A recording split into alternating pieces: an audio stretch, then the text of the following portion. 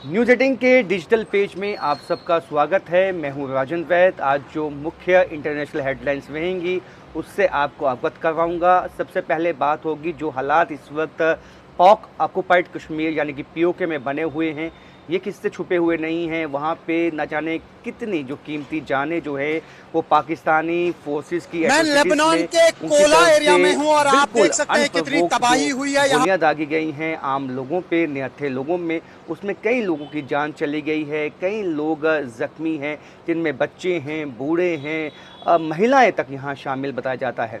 और ऐसे में अब भारत ने भी इसका कड़ा संज्ञान लिया है।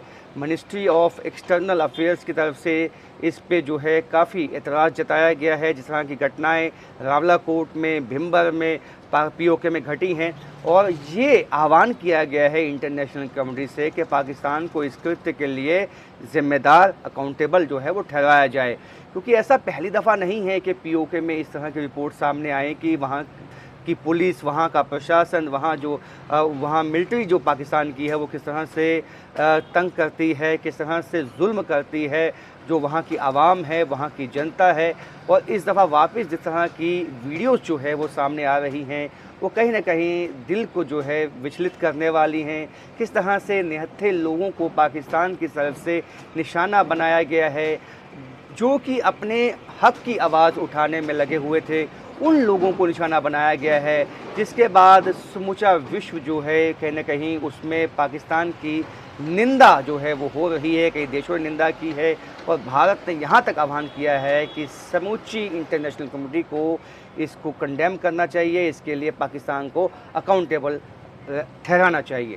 इसके साथ साथ दूसरी रिपोर्ट भी जो है वो भी जुड़ी हुई है अमेरिका, इजराइल एवं ईरान की जंग से। पिछले कुछ दिनों में एक ऐसी रिपोर्ट आई थी जिससे कुछ लगा था कि शांति बहाली जो है वो अमेरिका एवं ईरान में हो सकती है, जिसमें ये भी बात निकल के आई थी कि ट्रंप का ये कहना है कि जो पीस टॉक डील है वो अपने कंक्लूजन तक पहुंच सकती है। लेकिन कहीं ना कहीं इसी बीच में जो अपाचे हेलीकॉप्टर है अमेरिका का वो गिराया जाता है ईरान की तरफ से स्ट्रेट ऑफ हॉर्मुज़ में। उसके बाद से ही कशीदगी, तनाव बढ़ गया है। अमेरिका ने कहा है कि इसका बदला लिया जाएगा। ईरान को स्कॉट फ्री यानी कि बिल्कुल ऐसे उसको हम ग्रीन सिग्नल नहीं दे सकते, उसको बिल्कुल क्लीन चिट नहीं दे सकते। तो ऐसे में अब अमेरिका ने जिस तरह के अपने अंदेशा जो जताया गया है कि अमेरिका कड़ी कार्रवाई जो है इसके बाद ईरान के ख़िलाफ़ कर सकता है, वही ईरान का भी जो बयान आया है वो भी कुछ शांति बहाली के हक़ में नहीं है। ईरान के कहना है कोई भी एक्शन जो है बिना रिएक्शन के नहीं जाएगा, यानी कि यदि अमेरिका की तरफ से कोई एक्शन लिया जाता है तो उसका रिएक्शन आएगा, यानी कि ईरान भी वापस जो है हमला करेगा। इससे आप समझ सकते हैं कि पीस टॉक पे भी इम्पैक्ट आएगा और जो शांति बहाली की कोशिशें हैं वो भी, उसको भी ठेस पहुंचेगी। और जो विश्व को एक कोशिश है, क्योंकि जब से ये न्यूज़ जो है सामने आई है कि अमेरिका जो है वापस उसने हमले किए हैं ईरान पे, 1% जो है ग्लोबली जो कच्चे तेल की कीमतें हैं वो बढ़ गई हैं, उसका इम्पैक्ट जो है वो समूचे विश्व पे आएगा। तो आप समझ सकते हैं कि जो जंग है ये अमेरिका, इजराइल, ईरान जो इसमें लगे हुए हैं ये किसी के हक़ में नहीं है इकनॉमिकली। इसके साथ साथ जो तीसरी सबसे अहम रिपोर्ट है, वापस चाइना की मैं रिपोर्ट पे आऊँगा, उससे पहले हांगकांग की रिपोर्ट पे आऊँगा।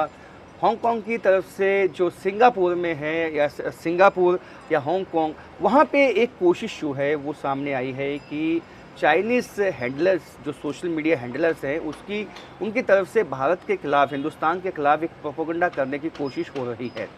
ये प्रोपेगेंडा जो है वो सोशल मीडिया के माध्यम से बहुत तेज़ी से सिंगापुर जैसे देशों में फैलाया जा रहा है, जिसका संज्ञान लेते हुए सिंगापुर की गवर्नमेंट ने कई अन्य ऐप्स जो हैं, कई चाइनीज़ जो ऐप्स हैं वो वहाँ पे बंद की हैं, जिसमें प्रोपेगेंडा और ऐसी कई जो है अकाउंट्स उनको भी विदहेल्ड किया है, उनको भी क्लोज़ किया है, जिनके माध्यम से हिंदुस्तान के ख़िलाफ़ जो है एक प्रोपेगेंडा चलाया गया था।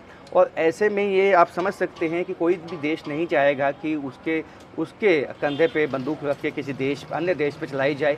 तो ऐसे में सिंगापुर जो है वो जानता है कि वो इकोनॉमिकली जो है जिस तरह से राइज़ किया है पिछले कुछ सालों में, तो ऐसे में उसके हक़ में नहीं होगा कि कोई भी देश जैसे चाइना जैसा देश जो है हिंदुस्तान के ख़िलाफ़ इस तरह की प्रोपेगेंडा करे। तो उस प्रोपेगेंडा के ख़िलाफ़ जो है सिंगापुर गवर्नमेंट की तरफ से ये कदम उठाया गया है।